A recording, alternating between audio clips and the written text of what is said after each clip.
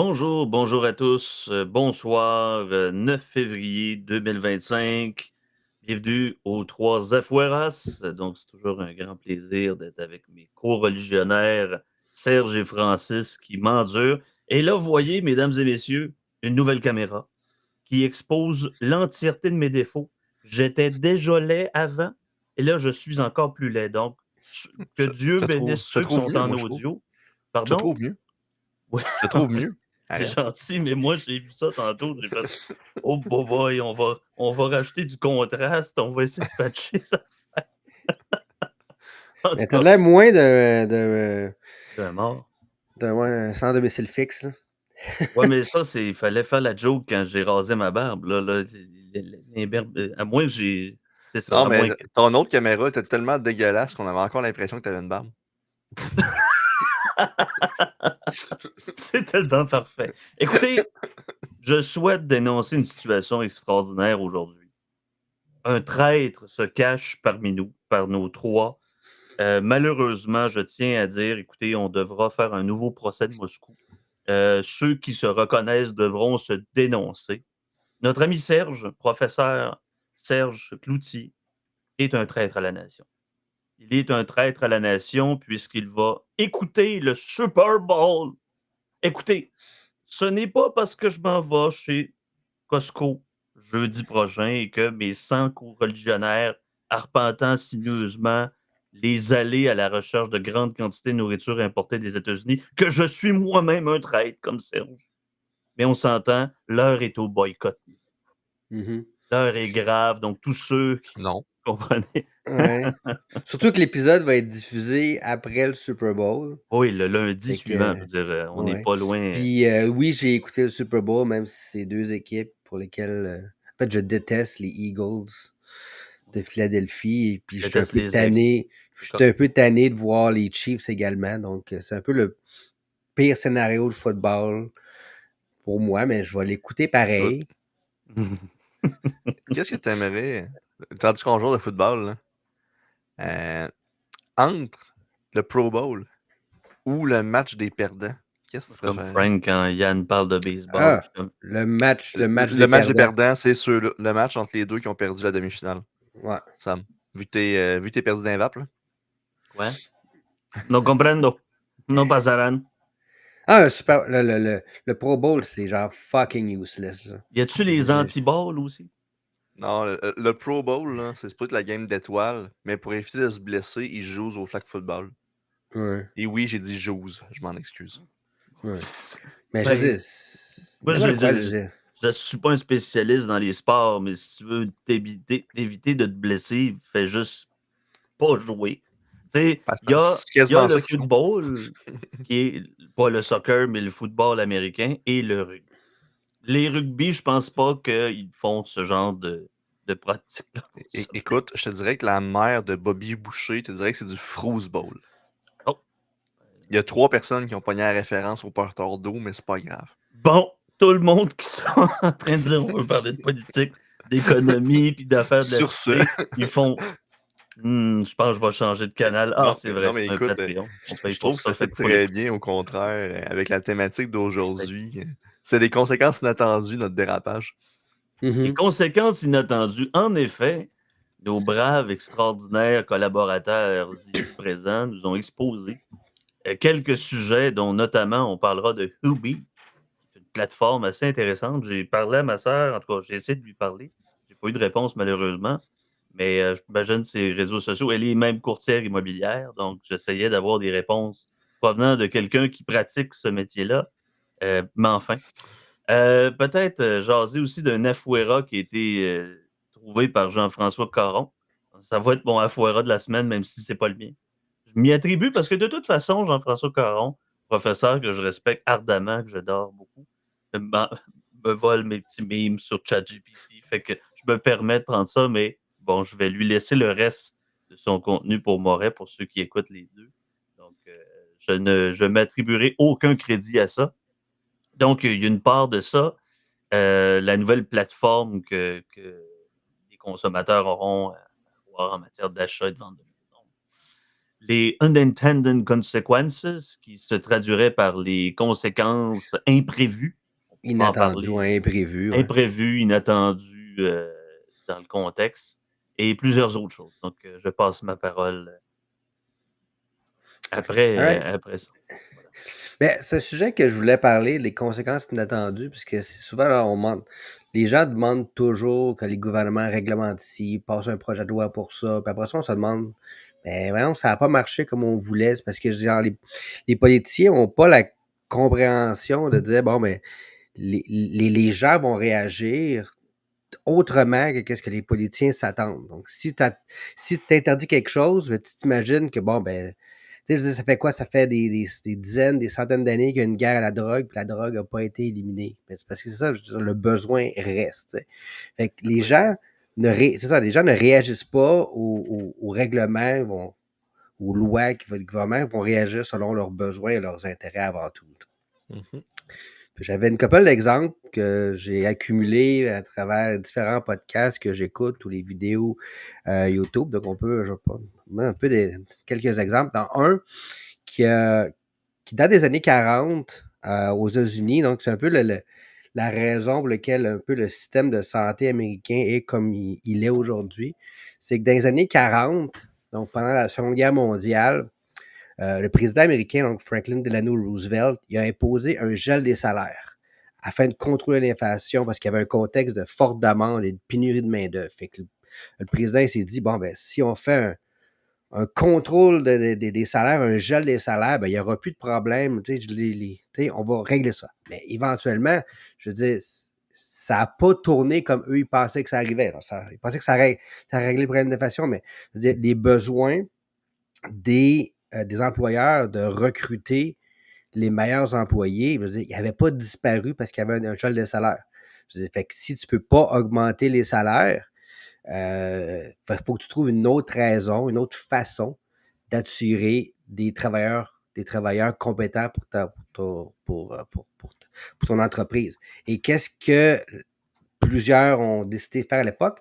C'est qu'on a décidé, bon, ben, si on ne peut pas donner des meilleurs salaires, on va leur donner des meilleures conditions. Donc, des assurances de santé qui étaient offertes par les employeurs. Fait que c'était un peu une façon d'offrir des avantages non monétaires pour recruter, pour séduire encore les meilleurs travailleurs. Mais qu'est-ce que ça a fait? C'est que ça a institutionnalisé les assurances santé via l'employeur. Donc, en plus de ça, le gouvernement a encouragé cette tendance. On va dire, OK, bon, on va le permettre. Fait qu'il a exonéré ces avantages d'impôt-là, ce qui a rendu l'assurance santé qui était liée à la norme, à l'emploi, qui était devenue la norme aux États-Unis, contrairement à ici. Donc, les assurances ne venaient absolument que de l'employeur. Sauf que le problème, c'est que à cause de ça, je veux dire, il y avait un problème, puisque l'assurance était associée à l'emploi, ben, un individu qui perdait son travail, ben, il perdait aussi son assurance. Fait que les assureurs, on s'entend, c'est toutes des conséquences inattendues du gel des salaires qui n'avaient que pour but de limiter l'inflation. Fait que là, les assureurs, pour limiter les risques, ben, ils ont commencé à refuser de couvrir des personnes qui avaient des maladies préexistantes lorsqu'elles cherchaient une assurance individuelle. Fait que tu perds ton emploi, tu n'as plus d'assurance privée, là, tu as une condition, je veux dire, tu es diabétique ou tout ça. Fait que là, les assureurs disent, ben, on va arrêter de t'assurer d'abord. Fait que c'est pour ça qu'il y avait comme un certain problème d'assurance aux États-Unis. Donc, ce qui a fait que ces conséquences inattendues-là à ce problème-là, ça a fait que ça a rendu l'accès difficile aux soins de santé pour des personnes qui étaient sans emploi. Donc, tu avais absolument besoin d'avoir un emploi pour avoir une assurance santé. Puis, si tu étais en transition entre les deux, puis tu étais malade ou tu avais des problèmes, ben là, tu ne pouvais plus t'assurer. Il fallait que tu assumes les coûts toi-même. Puis, ça fait que ça a mené des décennies plus tard au débat sur la réforme du santé américain. Donc, t'es en train de me dire que Obamacare est une conséquence indirecte ou directe, dépendamment de comment tu le vois, la chaîne de causation. C'est une conséquence de FDR. En même temps tout à que ça. fait. Puis ça faisait pas partie du fameux New Deal de FDR comme tel, mais ça fait quand même partie de la même mouvance générale. Non, c'est ça. C'est exactement ça. C'était, puis Mhm. tu sais, l'Obamacare puis Medicare est venu là-dessus pour essayer de régler un problème. Mais je veux dire, le problème a été instrumentalisé, a été créé, une conséquence inattendue dont on voulait juste freiner l'inflation pendant la Deuxième Guerre mondiale. Donc, juste en dire, on va geler les salaires, il n'y aura plus d'inflation. Ben, au lieu de ça, ce qui est arrivé, c'est qu'on a institutionnalisé l'assurance de santé liée avec l'emploi. Donc, au lieu de contrôler l'inflation, on a façonné durablement un système de santé qui liait l'assurance à l'employeur. Fait que ça a créé beaucoup d'accès de problèmes de soins. Comme je dis, ceux qui avaient des conditions préexistantes n'étaient plus capables d'être assurés ou même n'étaient plus capables d'être employés parce que, je veux dire, si l'employeur dit, ben, tu sais, je vais t'offrir un salaire d'assurance, ah ouais, t'es diabétique, t'as besoin de tel médicament, tel traitement, ben, je t'engagerai pas, je vais engager l'autre qui n'a pas de conditions préexistantes. Fait que ça a vraiment, genre, créé un système complètement néfaste de santé, puis que là, finalement, on est en train d'essayer de patcher avec plein de choses, Medicare, Obamacare, fait que c'est là qu'on voit genre un petit quelque chose, on veut juste contrôler l'inflation. Ça l'a déboulé comme une boule de neige qui est rendue une énorme montagne juste à cause d'une conséquence inattendue d'un président qui T'es voulait en train régler de un me problème dire, simple. t'es en train de me dire qu'on ne joue pas avec la loi de l'offre et la demande sans qu'il y ait de conséquences. C'est surprenant, hein? Oui. Hey, C'est surprenant. il y avait une question que je m'étais posée par rapport au c'est quoi la différence entre les conséquences inattendues et l'externalité? C'est qu'au final, l'externalité, c'est un effet sur un tiers et non impliqué dans l'action ou l'échange initial, alors que la conséquence inattendue peut viser n'importe quel type de résultat imprévu et pas nécessairement un impact sur un tiers. Donc, il faut faire bien attention. Par exemple, j'en ai soulevé un, j'ai lu un peu sur le sujet, je ne connaissais pas le sujet avant qu'on m'en parle, donc j'ai fait ça toute la semaine. Il y a quelque chose qui est absolument absurde dans ce genre de d'exemples-là aux conséquences inattendues. Il y a une anecdote assez intéressante nous vient de l'Empire britannique, hein, pour ne pas les citer ceux-là. Il y avait la prime au cobra. La prime au cobra dans l'Inde coloniale, c'était que le gouvernement britannique avait instauré une prime pour chaque cobra capturé afin de réduire leur population. En passant, c'est pas, c'est pas sans se rappeler aussi l'épisode de Mao qui voulait faire en sorte qu'il fallait tuer tous les oiseaux, il fallait engager des Mhm. chats, etc. Les conséquences de ça, conséquences imprévues, ou sinon pas tant imprévues que ça, c'est que certains habitants ont commencé à élever des cobras pour toucher leurs primes. T'as Alors changé que la l'incitatif. politique hein, ouais, exactement, c'est ça. Lorsque la politique a été abandonnée, ben, les éleveurs ont juste relâché les cobras dans la nature, Ben, écoute, empirant le problème au départ. en Géorgie, tu as un peu le même principe en ce moment avec les cochons sauvages, les sangliers. Il faut pour avoir leur prime, il faut qu'ils ramènent la queue du sanglier. Tu as un paquet de sangliers qui se promènent dans la nature, plus de queue. Il est pas mort, ils se prennent juste plus de queue. C'est tellement problématique qu'ils sont rendus. En tout cas, ça a descendu en Floride. Puis en Floride, ils niaisent pas avec la POC. Les gars se promènent de nuit avec des pick-up, puis des AR-15, puis ils tirent. AR-15, hashtag AR-15, Mm. c'est-à-dire Mhm. le seul semi-automatique que les médias connaissent. Exactement. Ben, il y avait une autre conséquence inattendue qui est un peu dans le même style. C'est que dans les années 2000, début des années 2000, dans le temps de l'Afghanistan, OK, bon, les Afghans, je veux dire, il y avait beaucoup de champs d'opium. Donc, c'est une des cultures qui était quand même assez majeure en Afghanistan. Donc, ils cultivaient beaucoup d'opium. Fait que les Américains sont arrivés avec le programme Cash for Puppies, donc l'argent pour la destruction de vos plants d'opium. Poppies, Ouais, excusez-moi, Puppies. P-O et non pas P-U, parce Ouais. qu'on n'apportait pas des Puppies. chiots. Pas des puppies, des poppies, OK? Ouais, c'est ça. Mais ça visait ça. Fait que le but, ça avait l'air intelligent, on va leur donner de l'argent pour la destruction de leur production d'opium. On va les indemniser financièrement, les agriculteurs, pour justement les aider à lutter contre le trafic d'héroïne. OK? C'est un bon petit programme. Fait que les États-Unis payaient les fermiers pour arracher leurs plants de pavot, puis les inciter à cultiver d'autres choses. Fait que c'est comme je dis, l'objectif, c'est de réduire l'offre d'opium. Sauf que vu qu'ils savaient qu'elle allait être indemnisée, ben, de nombreux fermiers ont décidé de planter plus d'opium, plus de pavots pour justement maximiser leur compensation financière. Fait que si tu me donnes de l'argent pour détruire mes plants de pavots, je vais juste en faire pousser plus. Fait que ce qui faisait aussi qu'il y avait une résolution un peu aussi inégale. Donc, c'est certains agriculteurs qui étaient trop petits ou trop tardifs qui n'ont pas reçu d'argent. Donc, ce qui les poussait justement genre, à se pousser vers les talibans pour qu'ils protègent leurs revenus. Il y a eu aussi une corruption généralisée. Donc, il y avait des intermédiaires et des fonctionnaires qui détournaient l'argent ou réclamaient des pots de vin, ce qui a un peu sapé la légitimité du programme.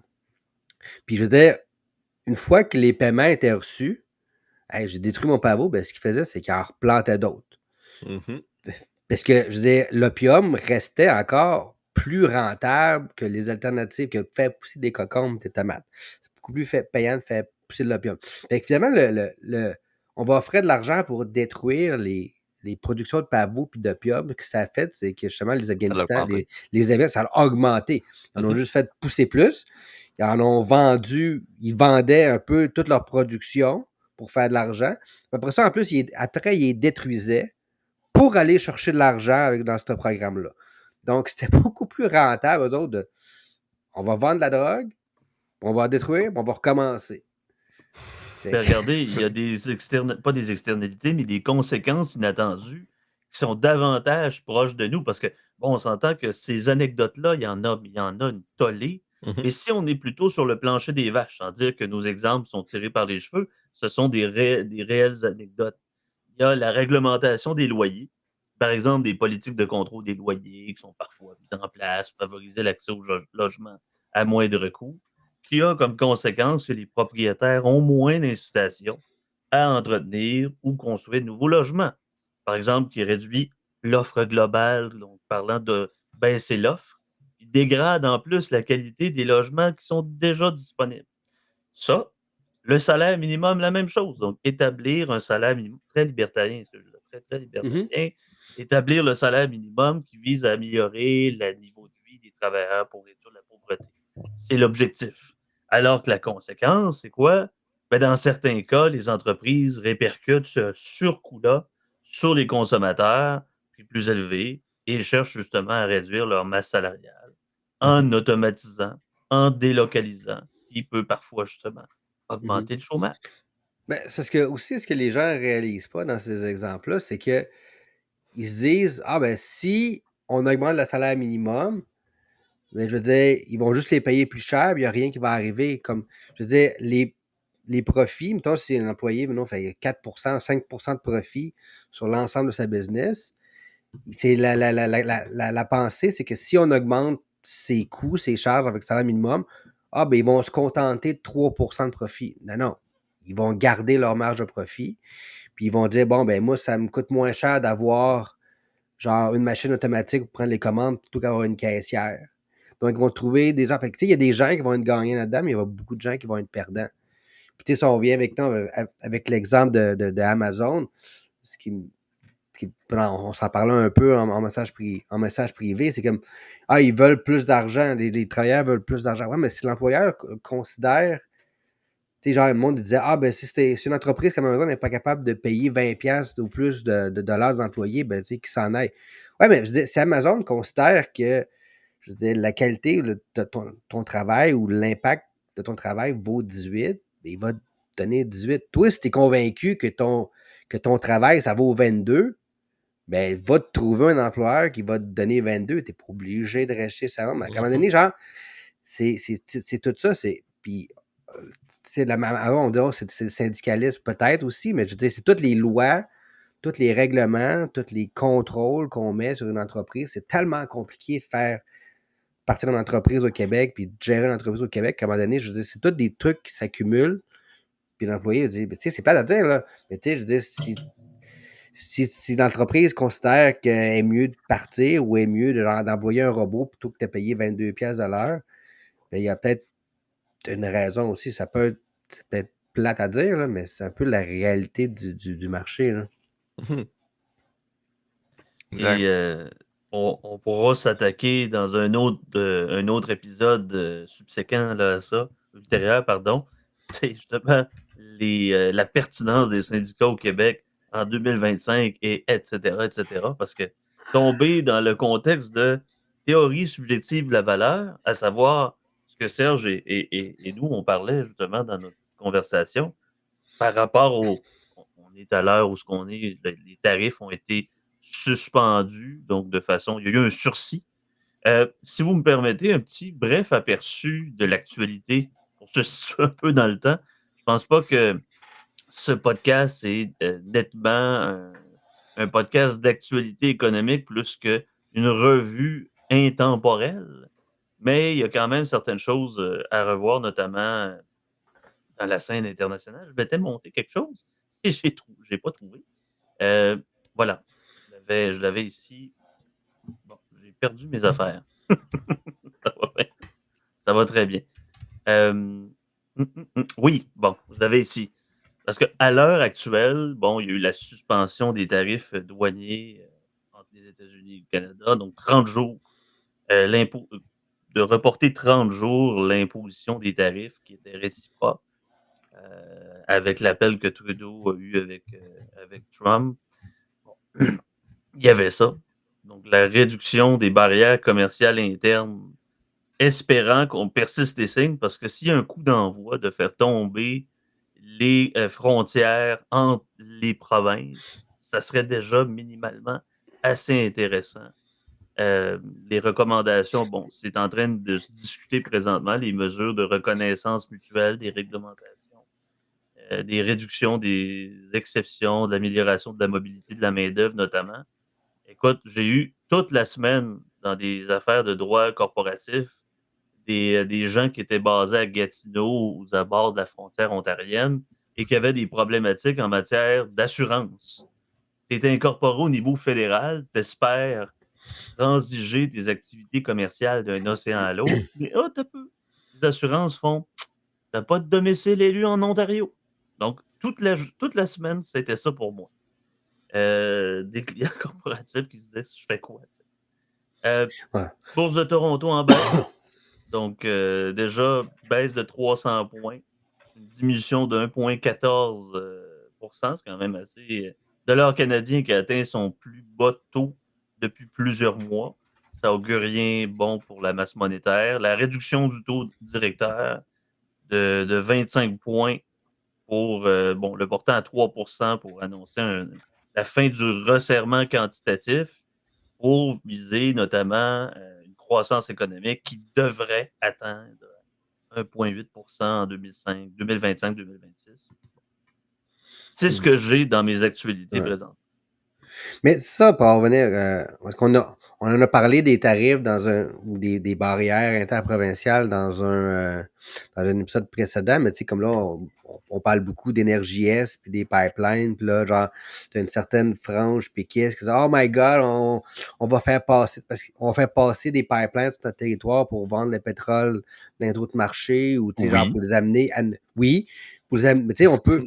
Mais parce qu'à un moment donné, c'est que ces gens-là ne voient le fait que c'est l'Alberta et c'est genre, oh my god, la haine des Anglais, donc on est contre. Mais tu sais, je veux dire,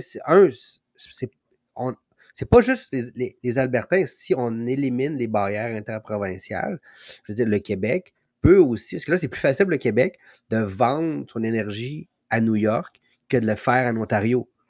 Donc, si on élimine les barrières, on est capable de vendre notre électricité, puis si on s'enlève les doigts du derrière, puis qu'on embarque dans le nucléaire, on embarque dans d'autres choses, on pourrait justement exporter notre électricité juste en Ontario, en Nouvelle-Écosse, au Nouveau-Brunswick. On serait plus dépendant des États-Unis. Fait que tu sais, c'est gagnant-gagnant.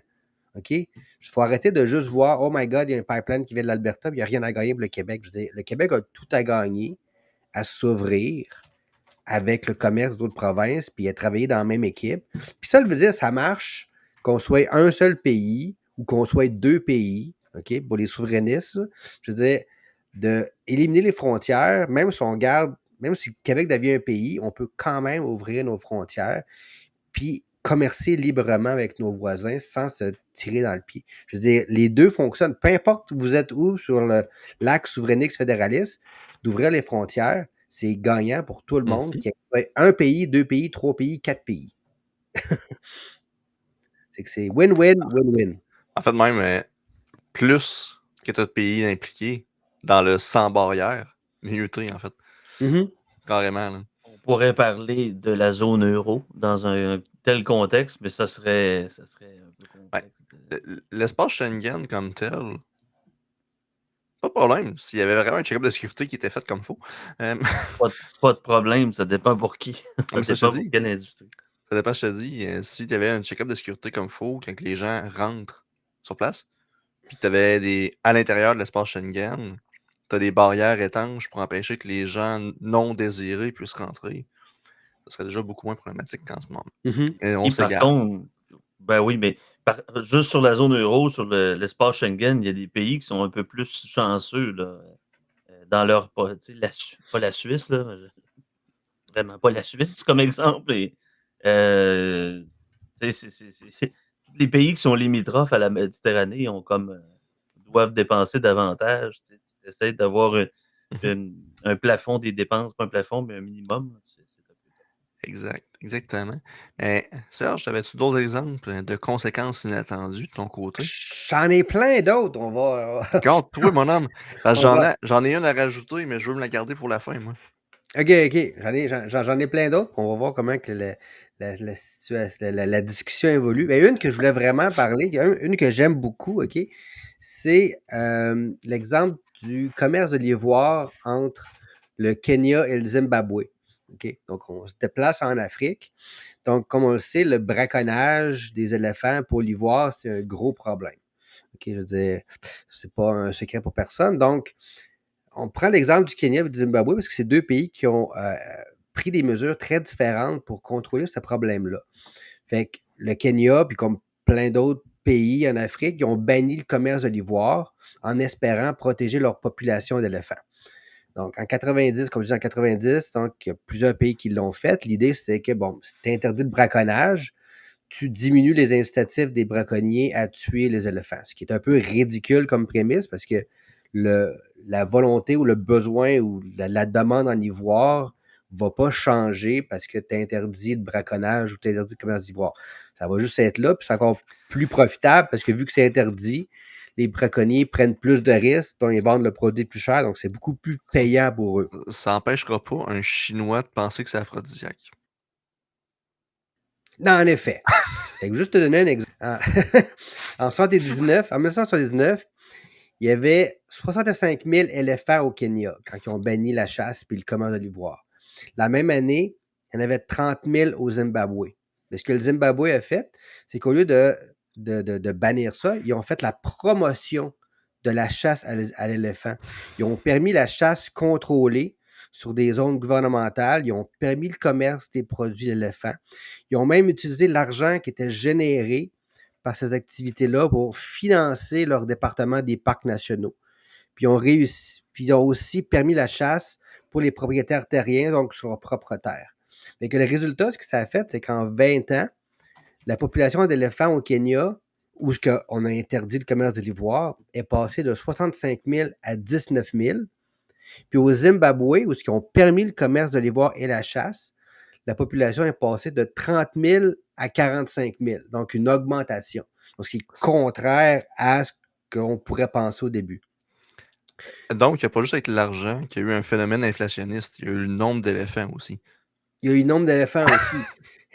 C'est ça. Mais tu sais, comme je disais, la demande pour l'ivoire n'a pas changé. Comme je dis, la rareté et le risque, ça fait que les braconniers c'était bénéfique pour eux de chasser et de vendre l'ivoire, faisaient plus d'argent. Mais au Zimbabwe, je veux dire, la promotion de ce marché, ça a augmenté grandement l'intérêt des propriétaires pour faire l'élevage des éléphants, les protéger, pour s'assurer un profit constant à long terme. Je veux dire, il n'y a aucun bénéfice d'élever. Je dis, moi, je sais pas, j'ai 500 éléphants. Il n'y a aucun bénéfice d'avoir des chasseurs qui viennent puis qui tuent les 500 la première année. Puis là, genre, OK, tu fais de l'argent la première année, mais tu ne fais plus d'argent les années d'après.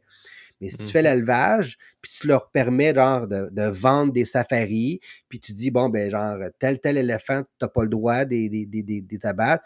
Eux, oui, parce que genre, pour moi, ils ont déjà ils ont déjà produit des enfants, des femelles sont plus capables d'avoir des enfants, des vieux éléphants. Fait que tu es capable de mieux contrôler ta population, de vendre des safaris. Les gens viennent, un gros chasseur américain qui peut prendre une photo, puis après ça, prendre l'ivoire, puis le garder ou le vendre.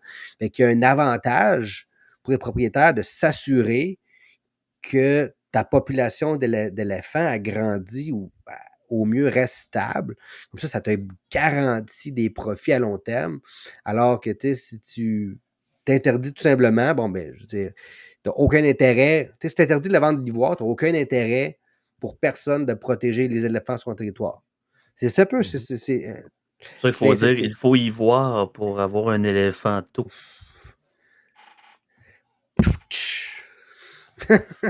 J'aimerais ça faire un ACV puis mourir après cette joke-là. Écoute, C'est pas, moi, c'était pas ta meilleure. non, c'était pas la meilleure, mais la dynamique du podcast en ce moment, c'est Serge nous éduque, puis Sam puis moi, on dit des jokes poches. C'est parfait. Ouais, ça. Mais j'en ai comme ramassé plusieurs des conséquences inattendues. Ah, puis j'ai vu que tu en avais un que j'ai en tête que t'as pas ramassé. Je vais le compter tantôt. Ok. C'est bon.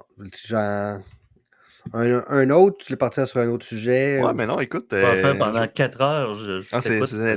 Écoute, c'est incroyable, mais tu sais, aux States, il y avait eu un programme de rachat d'armes à feu qui avait eu lieu. Ah oui. Le programme était plus ou moins bien bâti, au sens où tu fais juste amener le gun, puis te payer. Il te demandait pas d'où tu venais, il te demandait pas le gun venait de où, il te demandait rien. Fait que, il pensait que ce serait les criminels qui amèneraient le gun, tu sais, le prix était intéressant. Ah non, c'est le criminel, le moins de son gun, sa vie est plus intéressante que le 350$ que tu lui donnes. Fait qu'au final, là, c'était des vendeurs de guns des autres États autour qui prenaient le vieux asti de gun fini qui servait à rien, qui avait aucune crise de valeur. Il arrivait avec le pick-up bien plein de guns. Ah, je prends celle-là, je te vends celle-là, je te vends celle-là, je te vends celle-là. Écoute, c'est assez incroyable. Au final, t'as du monde qui ont réussi à vider le backstore au grand complet. C'est aux frais de l'État. Là. Je pense que c'est le New Jersey, quoi de même. Là. OK. Ah, mais ça me surprend pas du tout. Parlant de gun, faut quand même que dans ma feu, il faut quand même que je souligne le monumental self-own ou self-goal du député libéral fédéral de Kingston des Îles, le très intellectuel Mark Gerritsen, qui, ça fait 10 ans que les libéraux passent des lois pour enlever des armes à feu parce que, genre, il faut protéger nos communautés, il faut enlever les armes de nos communautés, puis c'est pour la sécurité publique.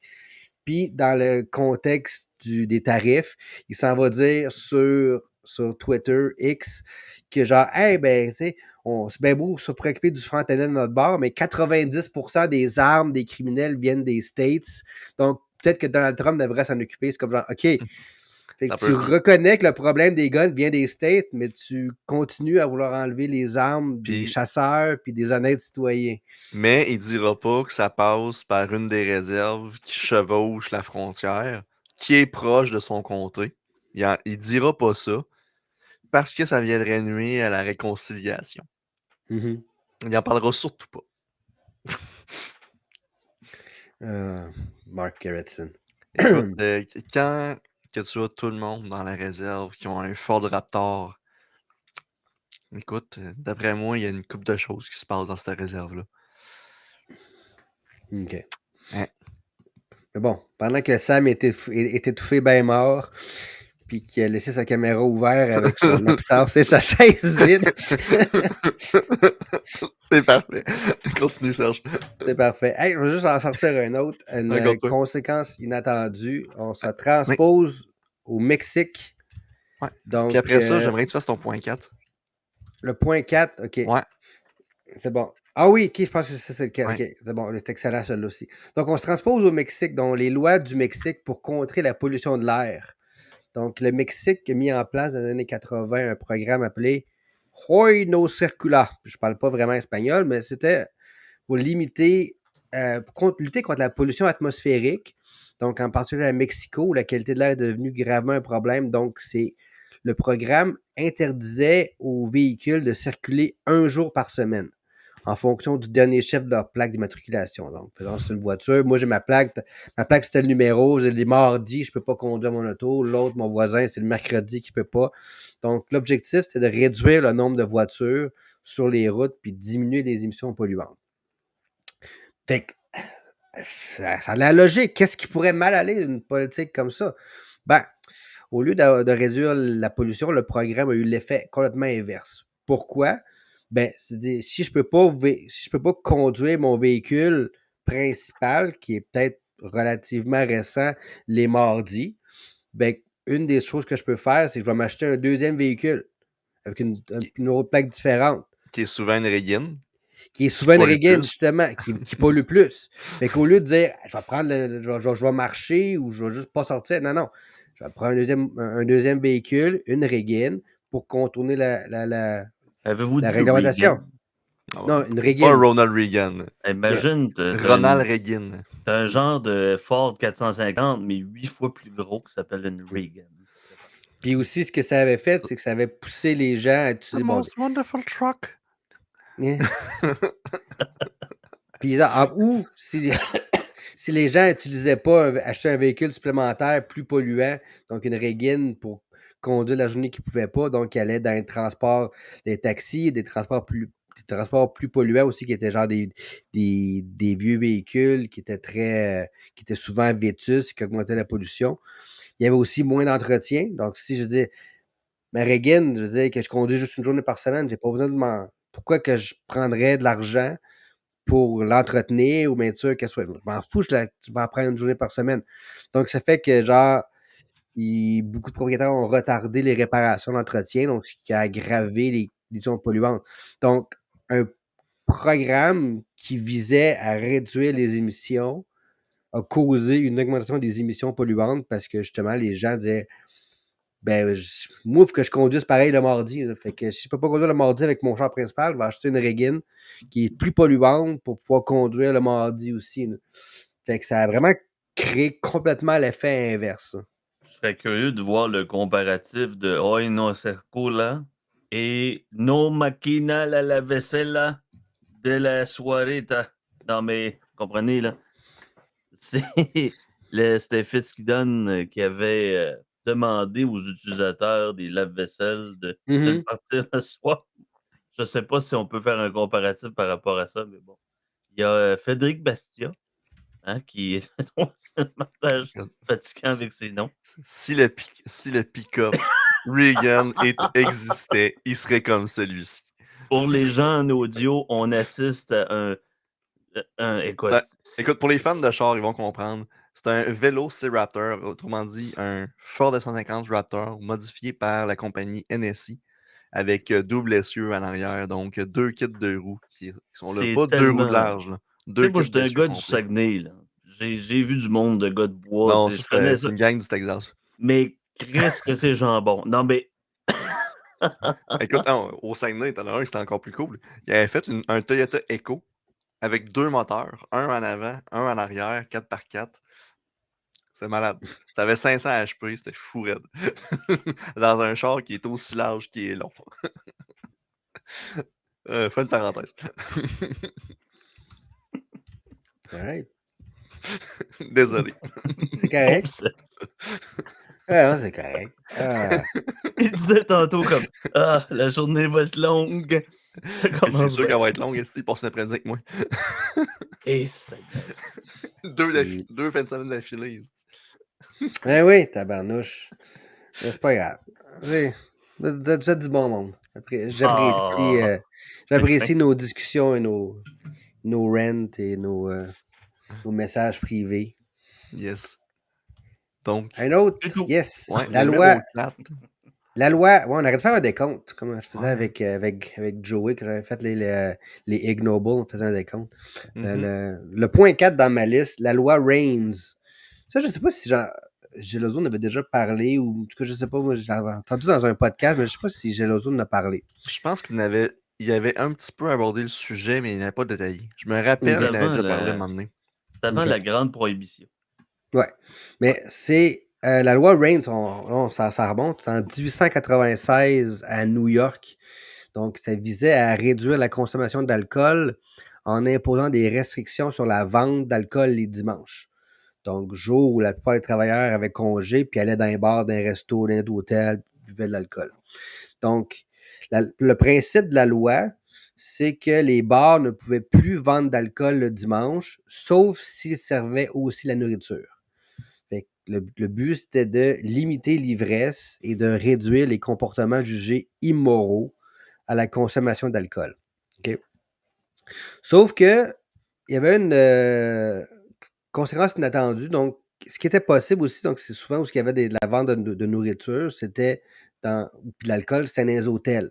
Donc, ce qui a fait, c'est qu'il y a eu la création des hôtels Reigns, en gros guillemets.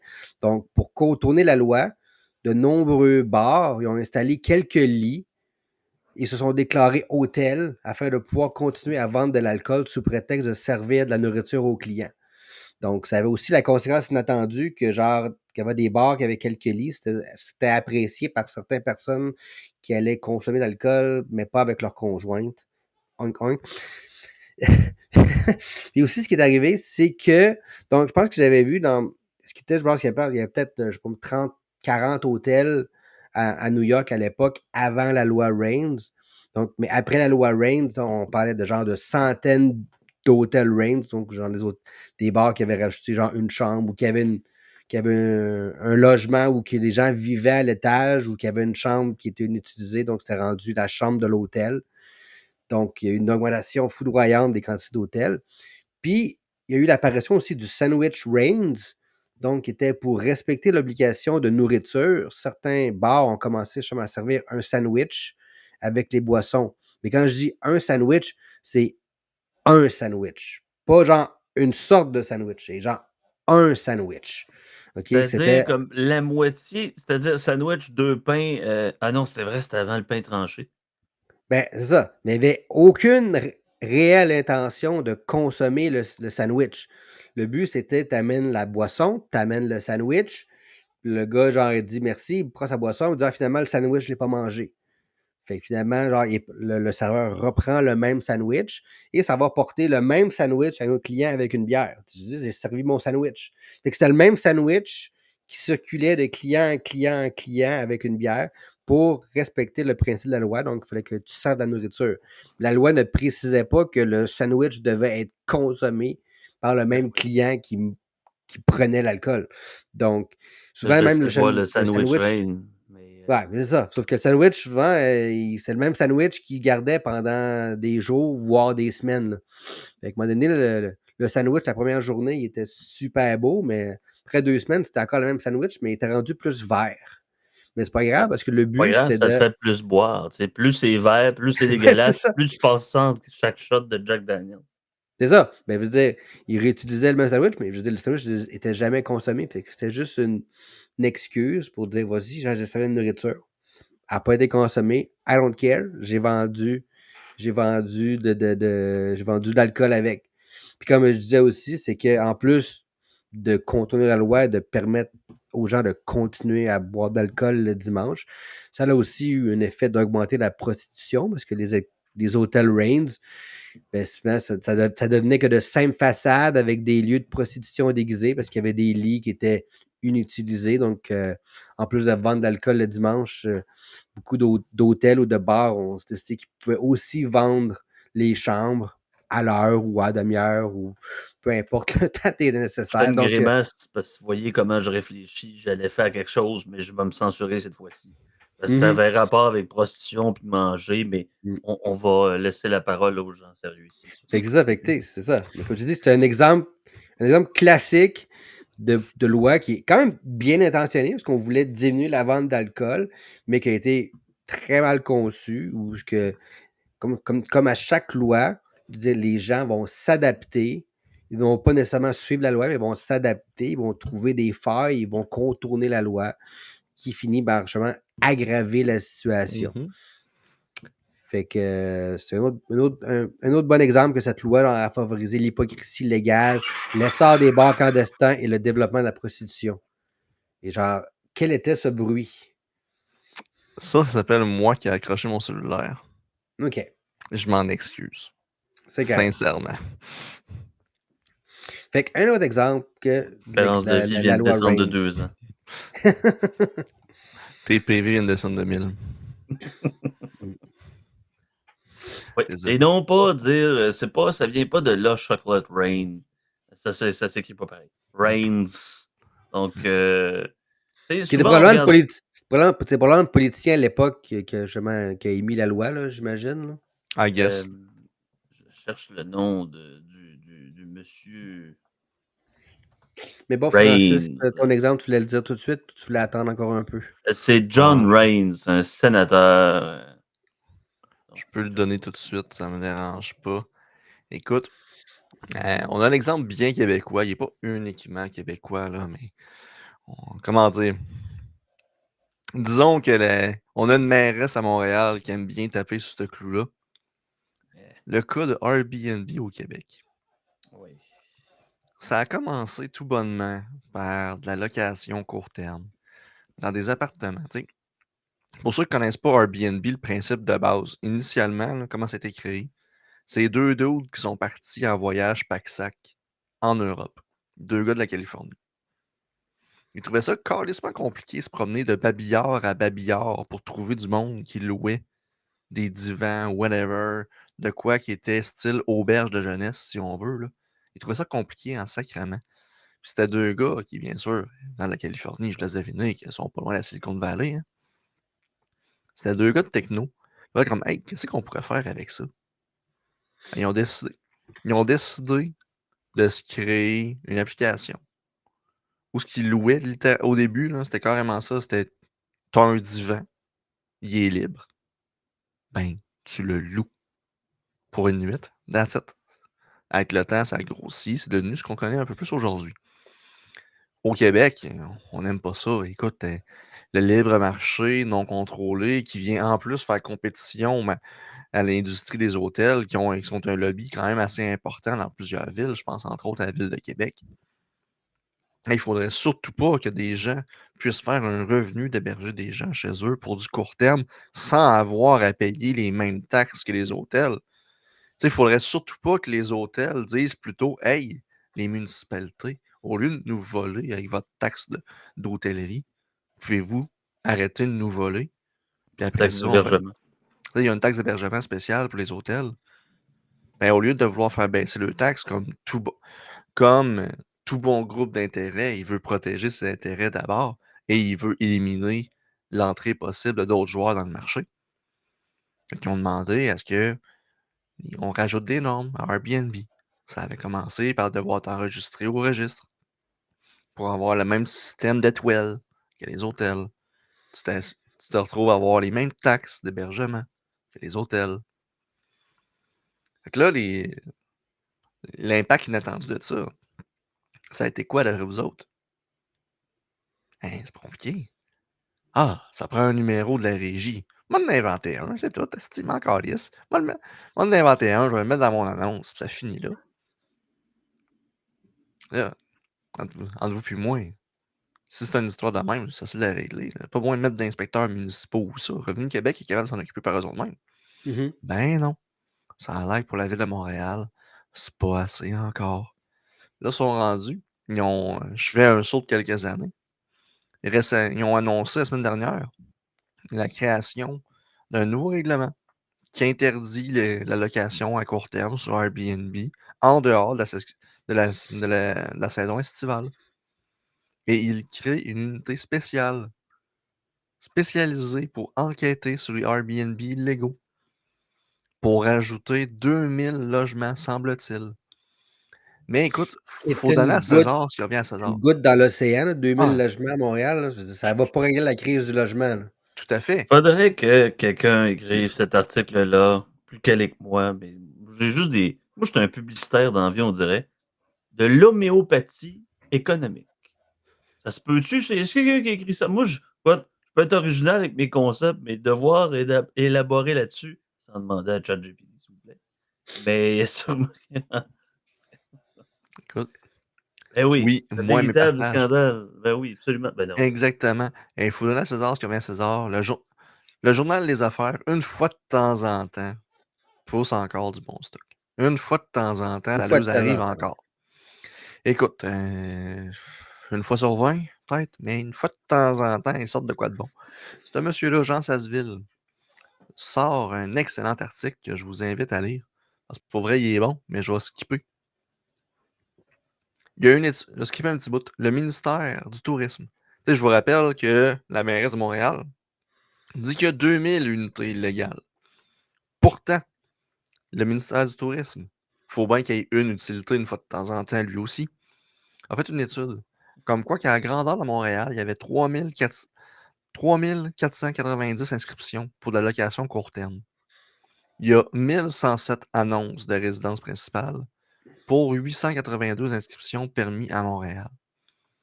C'est environ 20% des résidences qui sont en apparence frauduleuses. Au total, il y a 421 annonces qui sont non conformes à Montréal. Fait alors que l'autre parle de 2000, on nous parle de 421. C'est-tu vraiment 421 logements à la grandeur de Montréal qui va changer quelque chose?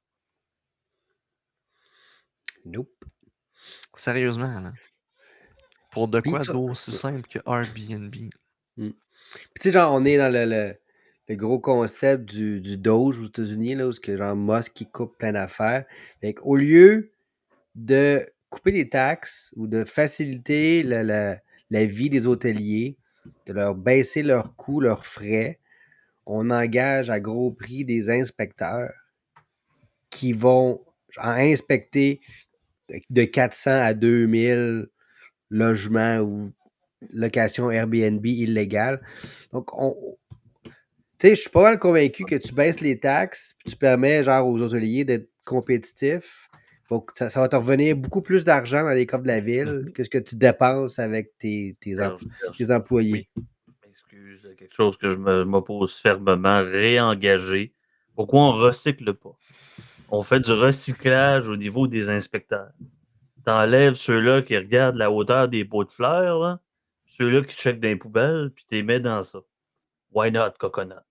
Tu sais, le recyclage, tu sais, ces gens-là, de toute façon, C'est de la ce sont des réaffectation. grands inspecteurs qualifiés du RBQ. Écoute, Pas ça, là. Hein? je suis pour la création du dogme, le département de l'organisation gouvernementale municipale efficiente. C'est quelque chose que j'ai sorti dans une discussion avec un auditeur. Salut, Just for Policy.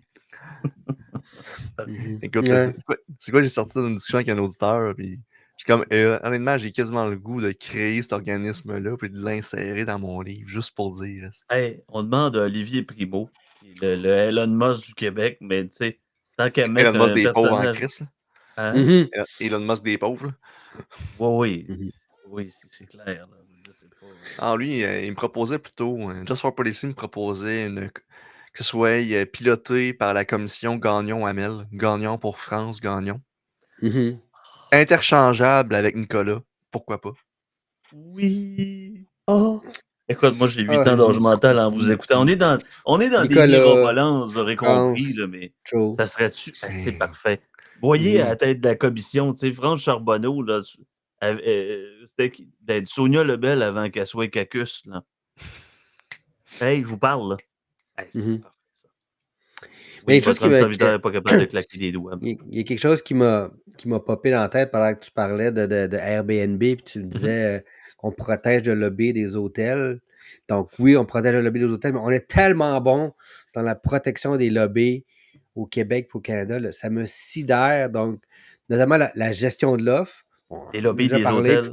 Je pense que genre, Geloso en parle abondamment aussi.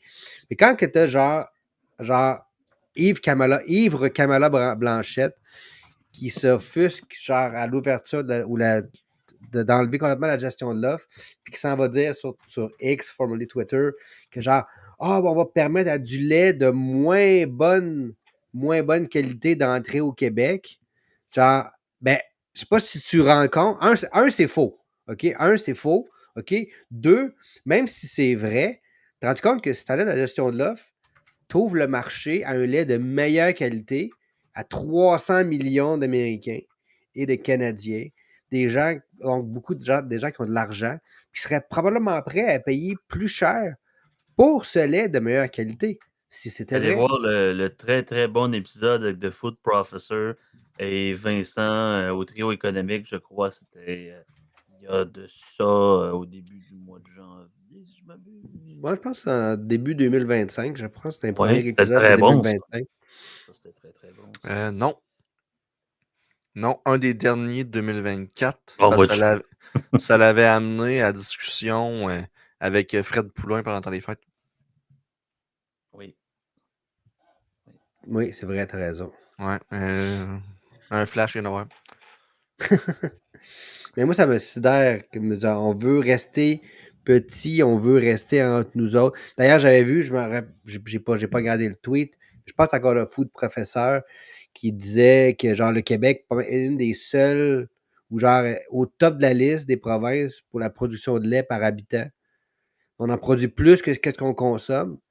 Donc, comme je dis, si c'est du lait de meilleure qualité, ben pourquoi qu'on le vend pas à nos voisins? Je suis sûr qu'il y aurait un marché.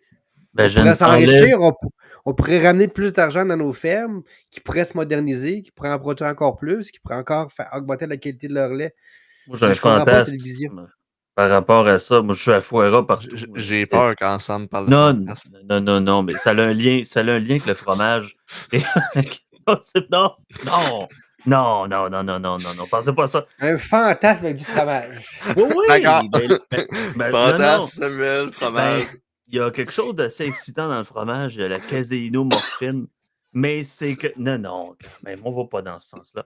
Mais qu'on puisse faire tomber les réglementations du NAFTA, je parle pas de la naphtaline, je parle du NAFTA en matière de réglementation inter-Europe, et qu'on abolisse ce précédent qui est le lait cru, qu'on ne peut pas vendre du fromage au lait cru, puis tout ça.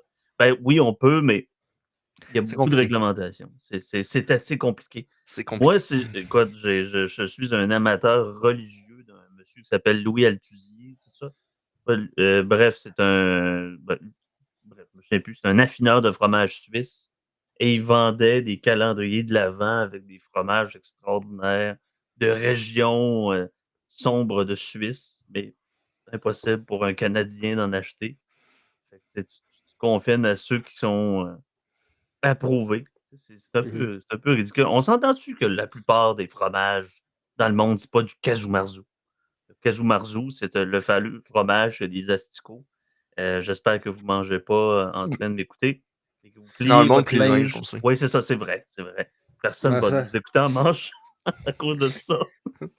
Mais bon, c'est ça, c'est juste une parenthèse où que. Mais À ouais, fois, mais exactement. Mais Serge, si tu peux, quand tu es dans le milieu de l'immobilier, si tu peux nous en revenir avec la bachelor tax.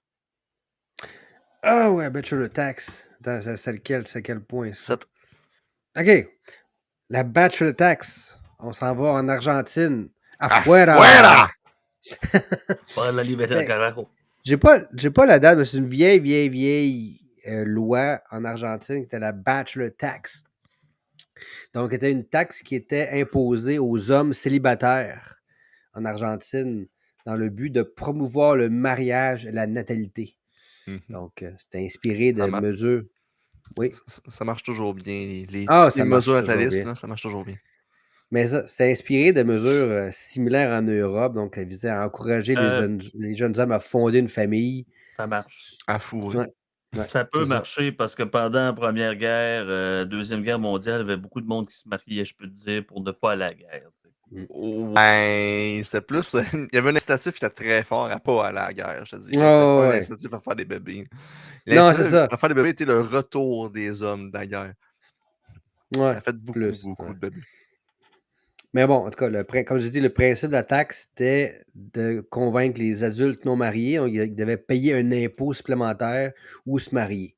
Donc, c'était stimuler le mariage, la croissance démographique, blablabla. Donc, ils trouvaient que les hommes ne contribuaient pas assez à la culture et la natalité argentine. Donc, il y a eu plusieurs conséquences inattendues. Donc, il y a eu beaucoup de mariages de complaisance. Donc, des hommes qui ont contracté des mariages fictifs ou précipités pour ne pas payer la taxe. Il y avait certains célibataires qui ont contourné la taxe en corrompant des fonctionnaires ou en falsifiant leur statut matrimonial. Il y avait un exode des célibataires, donc certains jeunes hommes ont émigré vers d'autres pays où ils n'étaient pas pénalisés pour leur statut, puis ils pouvaient rester des bachelors, puis Sont retournés en Allemagne. c'est ça, vivre la vie de Ou en bachelor. Italie. C'est ça. C'est quand même eu un impact limité sur la natalité, parce que la taxe n'a pas réellement augmenté le taux de natalité. Donc, elle ne s'attaquait pas vraiment aux freins à la formation. Et ma conséquence préférée, que je trouve vraiment le fun, c'est qu'il y a eu un nouveau commerce qui s'est formé de cette bachelor tax où des femmes ont décidé d'offrir leur refus de demande en mariage parce qu'il y avait une clause dans la taxe qui disait que donc, si tu avais fait une demande en mariage et que tu avais été refusé, tu payais moins d'impôts. Le bachelor tax était moins élevé. Donc, il y a des femmes qui ont vu une occasion d'affaires, puis ils se sont dit, ils offraient le service de refus de mariage. Et donc, eux étaient payés. Donc, Excusez, mais je pense à Yann Rochdy, comme les femmes, il y en a comme 723 qui envoient des papiers de refus. Fait que ces femmes-là, moyennant une contribution financière, ils certifiaient devant les autorités, donc ils avaient refusé la demande en mariage de certains hommes, donc pour leur éviter la dite taxe. Donc, un autre exemple typique d'une politique publique complètement mal pensée qui a provoqué des distorsions et des fraudes. Écoute, C'est des surtout que, comportements. écoute, généralement, ceci est un vulgaire stéréotype, je sais. Mais généralement, les Latinos, en général, on le sent chaud. Je suis pas mal certain que tu laisses une gang de Latinos célibataires, puis tu vas augmenter la natalité, juste pas la natalité que tu veux. Mhm. Mal à l'aise. Surtout à l'époque, là, il y avait comme moins de moyens de Ouais, parce qu'on rappelle, contraception c'est et de une loi qui est protection. quand même relativement vieille. Là. Oui, non, c'est ça. Fait que c'est comme un. C'était peut-être probablement par certains un conservatisme social à l'époque. Il fallait que les hommes soient mariés, en couple et avoir des enfants. Ben, il y a tout l'héritage de Juan Perón, puis le péronisme, l'Église catholique en Argentine, tu sais. Il faut le rappeler qu'un certain Jorge Bergoglio, qui est sous le siège du souverain pontife présentement, on va l'appeler son petit nom, hein, pourquoi pas. Ça fait cultiver de connaître les noms corrects des papes, mais Afuera, lui, Ouais, je trouve ça juste drôle que genre, le but de la loi, c'était de forcer les gens à se marier, puis il y a des femmes qui ont décidé qu'elles allaient faire une passe de cash. En genre, moi, tu me payes tel montant, puis je dis que j'ai refusé, fait que toi, tu payes moins de taxes. Mais le gouvernement n'a pas fait passer ça dans un contexte de, même si de la prostitution, ça aurait pu. Il n'y a pas un député qui a pensé en disant, ben, ça ressemble un peu de la prostitution, il faudrait interdire ça. Ben, je veux dire, au niveau de passer des lois, là, je veux dire, les politiciens pensent pas beaucoup quand c'est le temps de mettre des projets de loi. Non! Parce que c'est quelque chose qui est genre l'instinct du moment, c'est la saveur du mois, la saveur de la semaine. On passe une loi, on a des bons articles, des beaux éditoriaux dans les journaux, comme que j'ai fait mon travail de député. Puis finalement, genre 3-4 ans, même plus tard, il y a des conséquences inattendues.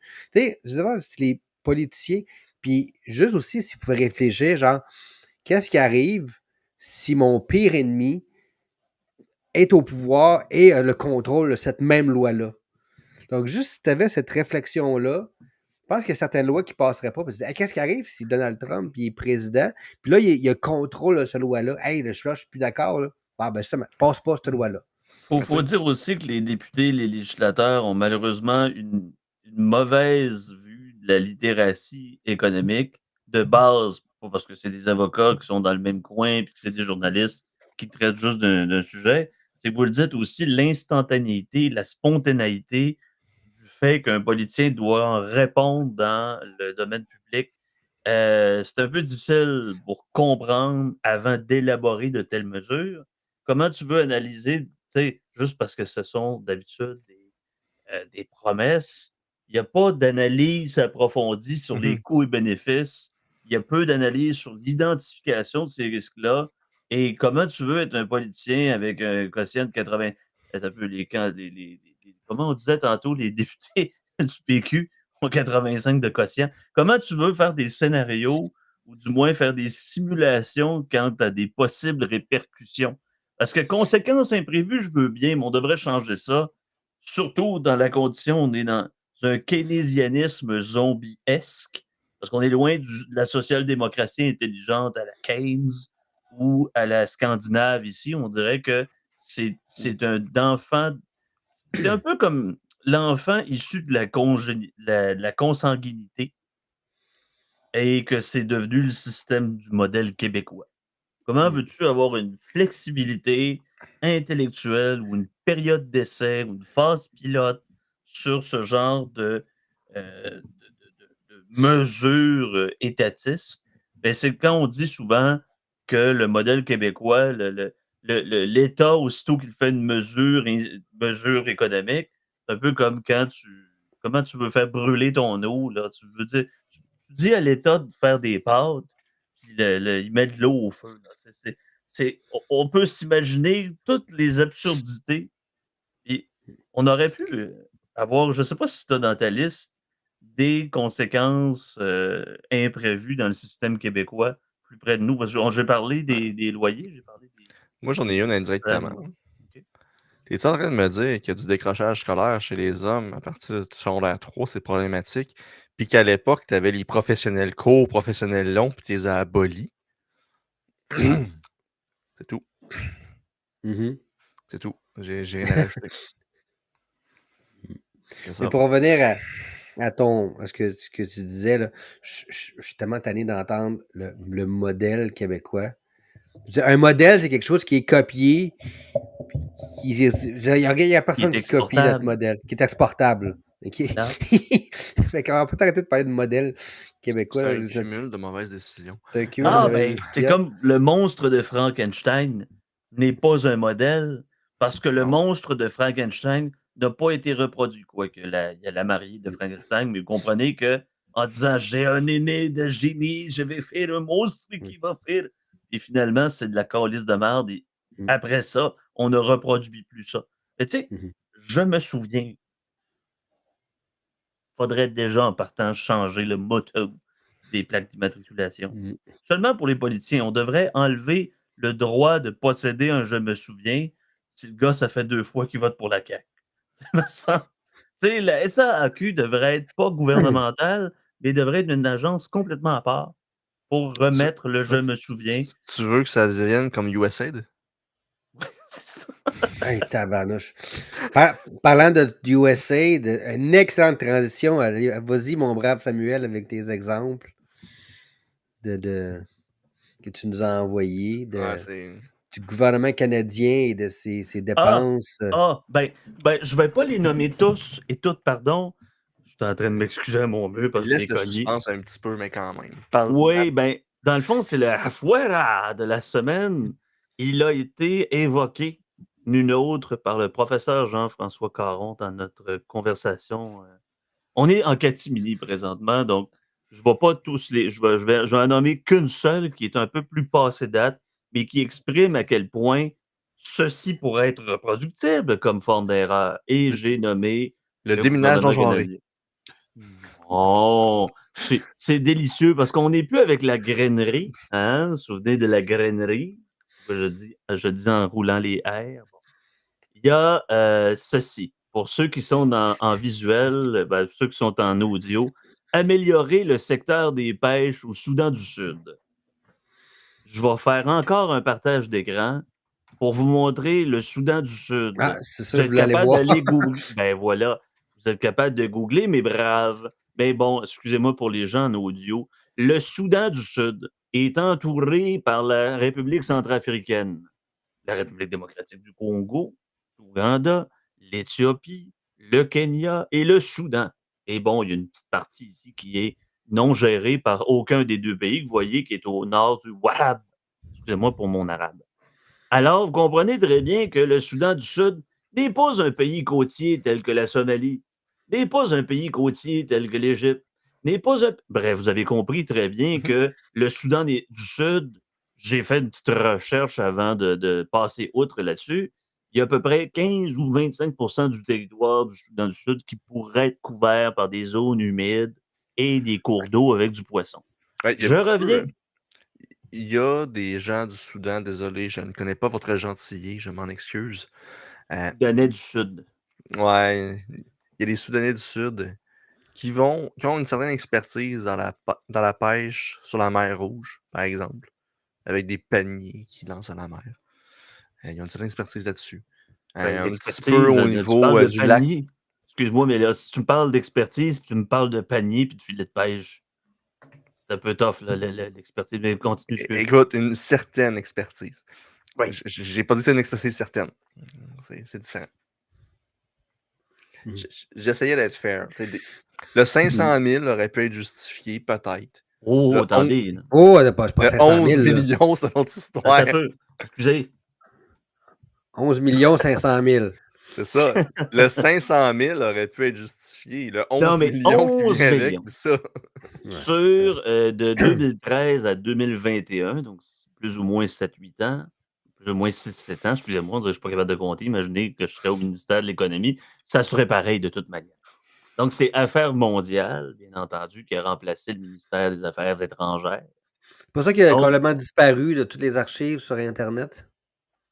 ah, j'essaie de voir, moi, s'il y avait des expertises certaines en matière de conclusion de qu'est-ce que ça a donné au final. Tu sais, as Là- WGM Afrique et tu as le partenaire qui est l'Organisation des Nations Unies pour le développement industriel. Le développement industriel. Là, on parle beaucoup plus des pêches, de l'agriculture que le secteur industriel. Bon, bref, ça, il faudrait qu'on creuse un peu dans ça. Mais pour ceux qui sont à l'audio, 11 500 000 de contribution maximale pour un projet des pêches dans un secteur où le Un pays pays. est enclavé. Et où que 11% à peu près du territoire est couvert par certains lacs. On s'entend que ce n'est pas, c'est pas la mer à boire en matière de pêcherie. Excusez-moi, était facile, là, mais je n'avais que cette expression sous la main. Fait que t'es en train de me Marqueur dire. politique. Oui, vas-y. T'es en train de me dire qu'il y a des gens qui disent, qui se demandent il est où le gras à couper On est ses os. dans l'État, puis qu'on a des gens qui font la file dans des banques alimentaires, puis qu'on n'a pas Ouais, mais d'argent à on leur peut, donner, on peut puis qu'on mancher, envoie 11 500 000 au Soudan du Sud Oui. pour qu'ils soient des meilleurs pêcheurs. Attends un petit peu, j'ai un 7 millions aussi pour a Gender Responsive System Approach to Universal Un peu, là. Healthcare in the Philippines. Attends un peu, on finit celle-là. Là. On va partager. Attends un peu, là. Non, mais si on voit dans les marqueurs. Bon, on va essayer juste d'un temps soit peu de dire bon, le Soudan du Sud, c'est un pays qui est très, très, très, très récent, encore plus que la Macédoine du Nord ou la Monténégro et compagnie. Chose Bon, très drôle d'un pays qui veut l'instabilité. faire un pays qui veut faire son indépendance qui s'appelle Soudan du Sud. Ben, il y a même eu la Corée du Nord et la Corée du Sud. Ouais. Ça, C'est comme, si le Québec devenait indépendant puis il décidait de s'appeler le Cuba du Canada Nord. de l'Est. Ou ouais, on aurait aimé ça que ça soit l'Irlande de l'Ouest, mais bon, regarde. Non, mais regardez là, objet significatif, durabilité de l'environnement, on est au Soudan. Égalité entre les sexes, on est au Soudan. Développement participatif de bonne gouvernance, on est au Soudan. Bon, activité non orientée, c'est normal. Développement du commerce, ça, bon, pas orienté, mais les démarches qui sont principales et objectifs significatifs, l'égalité entre les sexes, dans un contexte où l'IDH crève pas le plafond et que la politique, la politique au niveau de la religion, c'est essentiellement l'islam. Déminage des trans en Ukraine, puis ça. Et aussi, remonte un peu, là. Redescend un peu. Non, ça va trop vite. La question touchant. Redescend. Question sur les. Questions touchant les personnes handicapées. Je veux dire, y a-tu beaucoup de personnes non, rien. handicapées qui font de la pêche au Soudan? 2. Je vais faire un meme là-dessus. Tu sais, fais-moi une personne en chaise roulante qui pêche au Soudan. Ah, mais il pourra pas parce que ça sera pas contre la politique. Justement, parce que ChatGPT va faire « Oh, ben oui, je vais faire ton dessin. » Mais je vais le faire tantôt. Ne vous inquiétez pas, ça va apparaître dans un profil proche de chez vous. Mais non, mais c'est que Serge, c'est l'activité non orientée. Donc ça, c'est elle n'est pas orientée. Hmm. C'est ça. C'est ça. Mais tu sais, encore là, comme je disais, j'ai encore un autre exemple. Il va falloir qu'on tape là-dedans à un moment donné, les boys. Mais est-ce que tu peux mettre l'autre partage que j'ai mis, Sam? Ben oui, mais. Attends un peu, ça va là. Voilà. C'est un tableau avec toutes les subventions données par Affaires Globales Canada, Affaires Mondiales Canada, Et patins. et que toutes les données ont disparu, tout bonnement. Mais que il y a un auditeur, Hmm. Alex, le pirate geek, pour ne pas le nommer, qui a retracé le tout. Vous voyez ici, il y a 1732 dossiers différents, 30 Peux-tu m'appeler milliards puis de devenir dollars. mon ami? Excusez, là, mais je veux qu'il soit mon ami, cette personne-là. Oui, ben écoute, il est déjà invité à venir au podcast dans les prochaines semaines, mois, mais il faut qu'il fouille. J'ai donné des devoirs. Colin. Probablement en même qu'on va. Dans les Ça, mêmes c'est périodes qu'on va recevoir Nick pour le retour. Oui. ça, c'est 30 milliards sur quelle Plusieurs années. Là, période? tu sais, j'en ai, Plusieurs j'en ai Start and qui date de Henry. 2011. Là. OK. Et tu Quand même, sais, c'est de l'argent en sacrement. Là. t'as juste à cliquer Start Tu sais, ça part en 2002. 2002. Là. Ouais, c'est à peu près comme les subventions qu'on voit là. Ça part en 2002. La plus récente, mettons. 2000 Oh, 6 novembre. Strengthen an inclusive and transparent civic space. Avocats sans frontières, 2 millions. C'est beaucoup, ça. Supporting the protection of marine biodiversity with the Eastern Tropical Pourquoi c'est Affaires Mondiales Canada qui paye pour ça? Je la comprends pas. Emergency Health Tu sais, Services qu'il y ait une Deployment subvention, Canadian Red Cross. il y a un paquet de trucs là-dedans que c'est rien qui est tant que ça outrancier. Mais en réalité, c'est Et bon, pourquoi c'est pas Affaires en- Mondiales Canada qui subventionne ça? Pourquoi? Ben parce que c'est idéologique, parce que le gouvernement canadien, depuis personne, on a les casques bleus, puis Ouais, mais l'aide à l'étranger, ça fait partie d'une base fondamentale oui, politique entre les mais conservateurs et les libéraux canadiens. Oui. Donc, mais on quand veut c'est une promouvoir le subvention pour une bourse libéralisme à d'études, l'étranger en envoyant des experts au niveau de l'agronomie. Il y a des choses qui se défendent. Tu sais, vous Non, voyez, non. il y a comme plusieurs approches dans les relations internationales. Mhm. Tu as le réalisme, tu as tout ça. Tu as diverses approches que les chefs d'État entretiennent. Mais bon, l'affaire étant que dans un contexte où le peuple a des difficultés et qu'a des problèmes au niveau de l'accès seulement au logement, moi, j'essaie de parler avec mon père là-dessus. On est en désaccord. Tu sais, mâcher de la gomme et marcher en même temps, je déteste absolument cette expression-là, mais simplement pour salut Denis. figurer. Pardon? Salut Denis. Denis. Denis Coderre. Ah oui, ouais, c'est vrai, Denis Coderre disait ça. Mais je suis pas d'accord en disant que s'il y a des grandes problématiques là-dessus, puis qu'on a tellement d'argent, mais il manque d'argent dans telle subvention aux OBNL d'ici, là. Les gens Mhm. qui, tu sais, pas logement entraide, mais pas équitaire, mais voyons, comment ça s'appelle? Bref, il y a des OBNL ça a l'air qui crèvent la gueule ouverte, puis qu'on envoie en Ouganda. Tu sais, il y a quelque Mais chose tu sais, d'absurde, puis la recevabilité du peuple est. tu sais, je peux comprendre si, mettons, il y a une famine au Congo ou il y a un tsunami à un endroit ou genre une épidémie à un autre, qu'on envoie de l'argent, qu'on envoie des casques bleus, qu'on envoie l'armée, qu'on envoie de l'aide justement pour ces populations-là, Un pour tsunami permettre au de mettre Congo.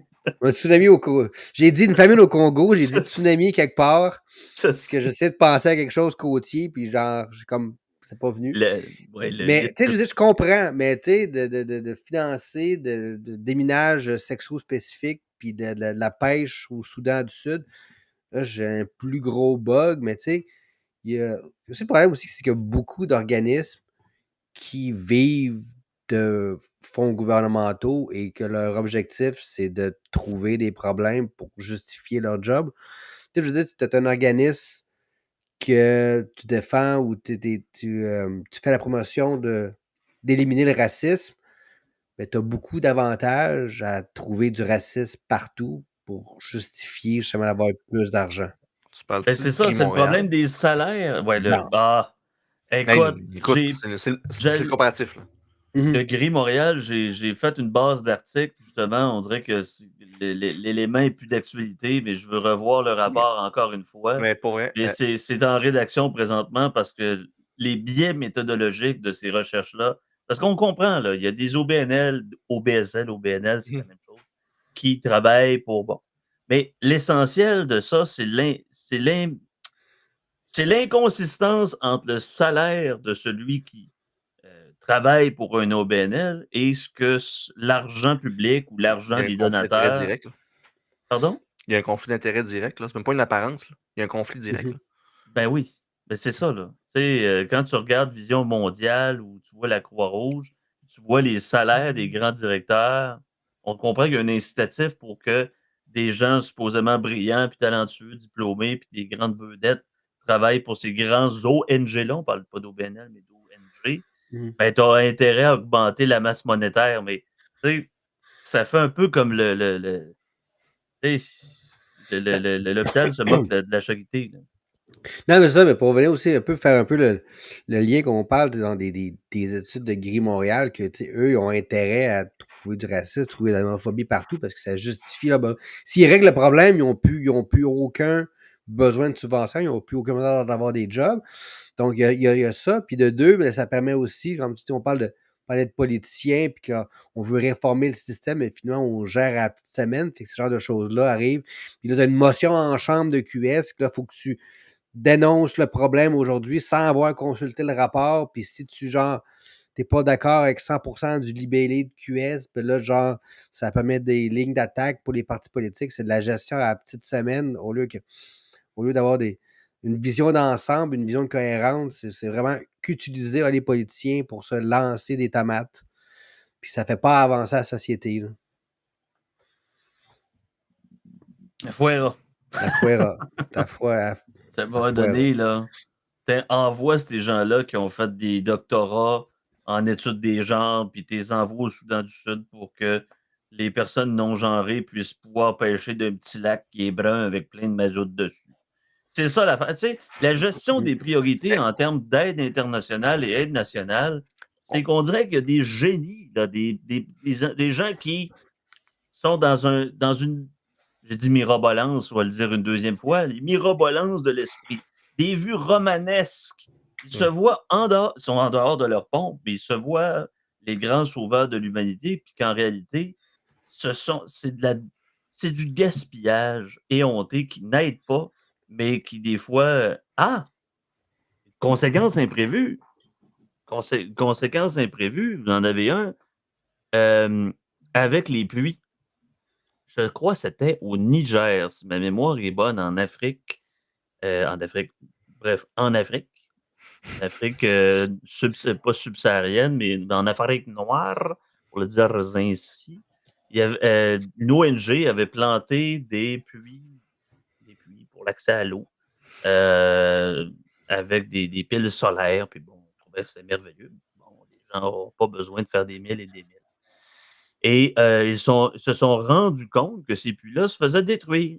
Alors là, on a accusé, y a-tu des terroristes, y a-tu des vandales, etc. Et parle jase, ils ont découvert que c'était les femmes des villages qui avaient détruit les puits. Pour quelle raison? Ben, parce que pour avoir la paix de leur gars, ils s'en allaient, écoute, on parle d'eau, etc. Si on avait mis le féminisme là-dedans, on parle de féminisme de base. Des femmes qui s'attroupent pour avoir un pouvoir à l'intérieur de la tribu et pouvoir en parler entre femmes, c'est tout à fait normal aussi, là. Je veux dire, tu as besoin de taverne, tu as besoin de lieux où certains. Bon, selon Moins de moi, taverne, t'as moins de cours de yoga, t'as pas les deux. ben, regarde, c'est peut-être archaïque ou conservateur pour les femmes qui nous écoutent, là, je m'excuse, là, mais vous avez besoin d'un lieu qui est sécurisé entre vous personnellement, puis on s'entend Sam dessus. qui fait la promotion des safe space. Oui, oui, ça prend certains safe Jusqu'à un certain space. point, oui. Ben oui, je veux dire, il y a des gens qui ont besoin. Non, mais même entre amis, on n'a pas besoin d'inviter des tiers, on a besoin, tu sais. Bon, bref, fait que, tout simplement pour dire que ces puits-là, si on avait au moins consulté la population locale, si on avait eu au moins un minimum d'acceptabilité, Mais non, parce que nous, dans nos grandes vertus, c'est important l'eau. Ben oui, je comprends bien, c'est important l'eau. Mais les gens de la tribu mourraient pas de soif, là. La seule affaire, c'est que les femmes devaient parcourir, parce que oui, les femmes, il y a une division sexuelle des tâches dans la tribu. C'était les femmes, tu voyais, avec les grands pots, là, les grands pots en terre cuite sur leur tête, ben c'est elles qui font ça, puis c'est un devoir sacré dans la tribu. Des pots en Ben, terre si on mêlait un peu d'anthropologie, un peu de circonstances, puis qu'on avait au moins pensé à notre affaire, au lieu de dire: «Ah, mais moi, là, les puits». Puis là-dessus, on n'a pas encore occulté c'est qui a eu fait la subvention. C'est quelle compagnie qui a payé pour ça? Parce que si on se ramasse dans Nestlé, d'autres exemples, Nestlé qui avait commandité, devinez quoi? Parce que là, on ne parle pas de l'État, là, on parle d'une compagnie multinationale qui avait subventionné une étude, une fausse étude, en disant que les femmes en Afrique manquaient de certains nutriments pour doper sa vente de lait déshydraté, ce qui était complètement une fabulation absolue. Donc oui, il y a les milieux agroalimentaires, certains oligopoles, oui, il y a les États, mais à la base, c'est qu'il y a pas quelque chose d'objectivement dans le but d'aider autrui. C'est ça qui est un peu ridicule en disant: «Ben, Mmh. nous, on possède la vertu puis la morale», mais en réalité, on a des objectifs, pécuniaires là-dedans, tu sais. Mmh. En tout cas, Hey, c'est écoute, mon Sam, je vois le temps défiler oui, et dans ton introduction, tu parlais de Ubi et on est oui, rendu à 1 heure et 26 minutes et tu as toujours pas chance qu'il est là. parlé de Ubi. Donc, juste pour te C'est donner c'est la c'est chance d'en Francis? parler ou Francis qui voulait en parler, juste pour être sûr Ouais, qu'on mais après, qu'on qu'on qu'on aborde le sujet. je Merci, laisserais ça aborder Serge. le sujet, puis je complémenterai au besoin, là, mais Ben, Ubi, voyez l'article qui est là. Donc, une nouvelle plateforme veut offrir aux consommateurs. Une chance que j'ai, Serge et Francis. Quoi, ils sont merveilleux. Regardez-les, là, ils me ramènent. Moi, censé d'être le chef d'orchestre de tout ça, mais en réalité, je suis le gars qui joue au triangle. Mais tu sais, c'est la transparence. tu Ah, te demandes fallait si que les c'est cartes de important. Uno font un job. Arrête, fait. Ben, Aïe, aïe. bon, c'est que, bon, l'initiative d'une nouvelle plateforme qui favorise la concurrence, j'ai pris certaines notes, la transparence, c'est assez positif à mon avis parce que on parle, ça va dans le bon sens, ce genre de choses-là, parce que ça accroît cette facilité au niveau de la libre marché. C'est que, heu, dans ce cadre de cet article-là, dans ce contexte-là, on veut rendre un certain pouvoir, redonner le pouvoir avec, la promesse de Ubi, de redonner le pouvoir aux consommateurs, en offrant davantage d'options, que ce soit la vente directe, un recours à différents courtiers et cetera. Donc ça illustre bien, selon moi, le principe d'ouverture du marché. Tu peux même Donc c'est recevoir des soumissions de différents ouais. courtiers et choisir celui que l'offre te convient le plus. Exact, parce que le fait de Mmh. pouvoir comparer des courtiers immobiliers sur la base d'un tarif fixe, là, plutôt qu'un pourcentage standard, ben, ça s'inscrit dans une logique, selon moi, de marché transparent et concurrentiel. On veut accéder à une concurrence. Les consommateurs sont à veille de pouvoir moindrement choisir, tu sais. Quand on parle d'informations libres, transparentes, pour que les échanges marchands soient efficients, là. C'est merveilleux si on respecte les droits de propriété à ce niveau-là. Dans le cadre de Ubi, ben, la question se pose quant à l'utilisation ou la republication des données portant notamment sur des inscriptions immobilières. Les Mmh. courtiers et les vendeurs doivent conserver leur liberté de décider où ou comment leurs données sont publiées. C'est pas ça parce que ma sœur est courtière immobilière, ben, moi, j'ai aucun biais là-dessus, là. Je profite aucunement de ma sœur, aucunement de son argent. Elle fait son affaire, moi je fais mon affaire. Tu beau venir du Heu, Saguenay, tu profites pas de ta sœur. c'est Ah! câlisse. Ah! On profite de nos cousines en passant, comme dirait Frank dans le dernier trio. Chris, pas original. On est un trio économique acheté sur Wish. Non, mais Désolé, il fallait que je la sorte. c'est Parce que comment dire, ta sœur est plus cute que toi. tu me co oui, oui, il faut que je dise oui parce que c'est pas Et assez saguenéen. écoute, Ma sœur est plus cute que moi. c'est un fait.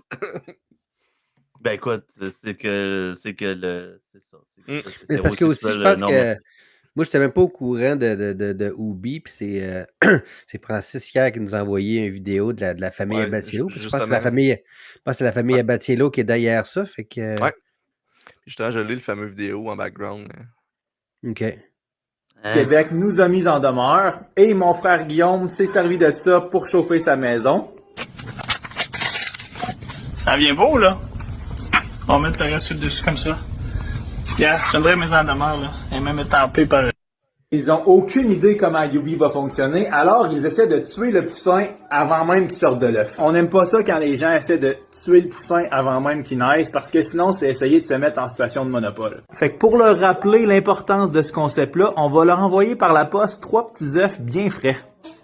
Fait qu'on a fermé la boîte avec du papier afin qu'ils arrivent en bon état.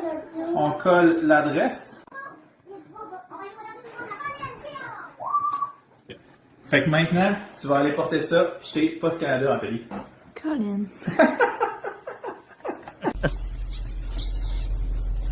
Il devait trouver que j'étais un gros cap à mettre des sèves dans une boîte. Il a envoyé son fils. Ça va quand? Dans 3 jours. Ça, c'est ça. As-tu le tracking code? Yubi va être là en mars. En passant, ce n'est pas commandité d'aucune Non. façon par Ubi. Oui, même si Ben- j'aimerais qu'il soit commandité par le groupe Salvatore. Mhm. Mais ça, c'est Oui. le groupe Abatiello, excusez-moi. Mais c'est qui les a mis en demeure? Parce qu'on l'entend C'est pas au début. l'Association des courtiers immobiliers du Québec. Ah, OK. Dans l'article, il en parle. OK.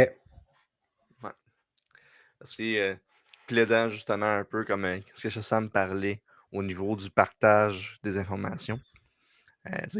De leur côté, c'est Fred qu'on voyait, non, Sébastien.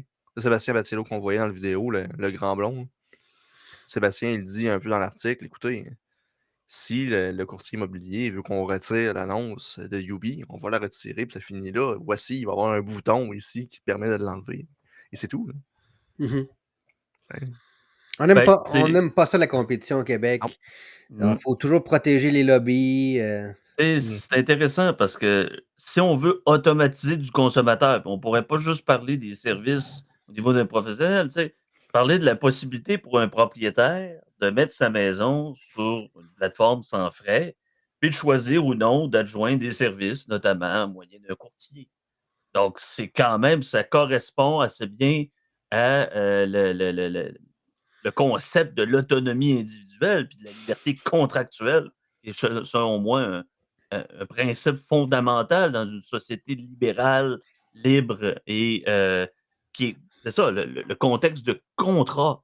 Si on peut choisir, c'est parce que oui, au Québec, on a une flopée de professionnels qui est encadrés dans leur pratique, à des bons et à des mauvais côtés dans l'ordre des choses, là, comme que ce soit le barreau, que ce soit le j'allais le trouver là, c'est l'APCIQ, donc l'Association professionnelle des courtiers immobiliers du Québec. C'est normal, selon moi, d'encadrer la pratique au volet d'ordre et tout ça.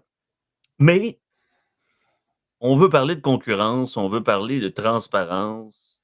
Ben, pourquoi pas ne pas le faire avec ce genre d'application qui s'appelle Youpi? Selon moi, ça peut augmenter la concurrence dans le marché immobilier. Augmenter aussi la transparence accrue des coûts, des compétences des professionnels, parce que souvent, ils se prennent une cote, puis c'est normal, il faut bien qu'ils mangent eux autres aussi. Puis un meilleur accès à l'information pour les consommateurs et une plus grande autonomie dans la négociation. Parce qu'on s'entend, là, monsieur et madame tout le monde ne sont pas. Oui, on a l'éducation ou l'instruction jusqu'à 16 ans gratos, puis on est capable de lire, mais lire des contrats, et cetera, même si on a un droit qui encadre le consommateur, loi sur la protection des consommateurs, et cetera, ben, il y a la façon de pouvoir se faire accompagner par des gens qui font ça, ce boulot-là, de connaître les contrats, c'est quoi des vices cachés, c'est quoi des DOL, tout ça. Donc, on veut bien sauver sur les coûts, mais à la base, si le consommateur peut être dûment intégré dans cette lecture-là, facilitée, plutôt que de devoir dépenser des temps immémoriaux sur la lecture des contrats. En tout cas, selon moi, c'est une bonne chose. Mhm. Sur ces bons mots. Vous n'aviez pas des choses à dire par rapport à Yubi? Il me semble que c'est toi qui Je avais dit ça. je le connais pas à ça, honnêtement, c'est Ben, vraiment c'est Francis qui m'avait nouveau. partagé Ah, ça. mais moi, en fait, j'ai juste envoyé ça, puis je trouvais la vidéo drôle initialement. Mais tu sais, c'est Ah, une je pensais que tu avais fait tes petites recherches là-dessus. Oh non, non, non. Mmh. Moi, Ah, à vous la avez base, fait j'avais le juste job là-dessus. C'est bon, OK. J'avais Ah juste. ouais. C'est toi qui as fait la job de ton boss, pas moi. Ouais. Ah, ben tant mieux. Je pensais Moi, que je vous t'ai alliez en lancé. parler pendant 20 minutes. Ah, Ah OK, non, moi, je cool. t'ai juste poussé. T'as fait Ah, la c'est Ouais. toi job. qu'on s'en- Moi, j'en ai pris connaissance hier que Francis a envoyé le vidéo. Mais tu sais, je suis d'accord, puis j'approuve toute démarche pour augmenter plus la concurrence et la transparence. Fait que je trouve ça quand même Ah, mais intéressant. tu sais, un peu comme que Sébastien dit dans la vidéo, j'ai de la misère à parler de quelque chose que j'ai pas vu. La plateforme n'est pas encore lancée. Ça va être au mois de 2026. mars. Mhm. Fait que tu sais, de parler longuement de quelque chose que j'ai pas vu aller puis que je suis vraiment pas un insider. J'apprécie la famille Abatiello, mais je les connais pas personnellement. Tu sais. Mhm. Je suis Quand pas. ils viennent, là. Ouais, Ouais, il pourrait faut que je venir au mois relance. de mars pour nous présenter la Ouais, mais plateforme. c'est ça. Il faut que je relance Elisabeth. Là. Donc, ça pourrait être intéressant. Mais Ouais. je trouve ça le fun là, de challenger l'ordre établi, puis de voir juste que des Ouais. fois, déjà juste, la plateforme n'existe pas encore, puis qu'ils ont des poursuites ou des mises en demeure. Je trouve que c'est quand même assez intéressant parce que c'est un coup de pied dans le nid de guêpe, puis c'est toujours bon au Québec. Je trouve ça- Comme Obama dirait, c'est un preventive strike. Ah oui, je trouve ça vraiment insidieux qu'on fasse ça. Tu sais, tuer le poussin dans l'œuf, comme il l'a mentionné. Je trouve ça très insidieux, puis très, très malsain d'une société organisée sur le contrat de devoir essayer de castrer, de châtrer. Faut dire comme un certain monsieur de Normandin qui manque une jambe.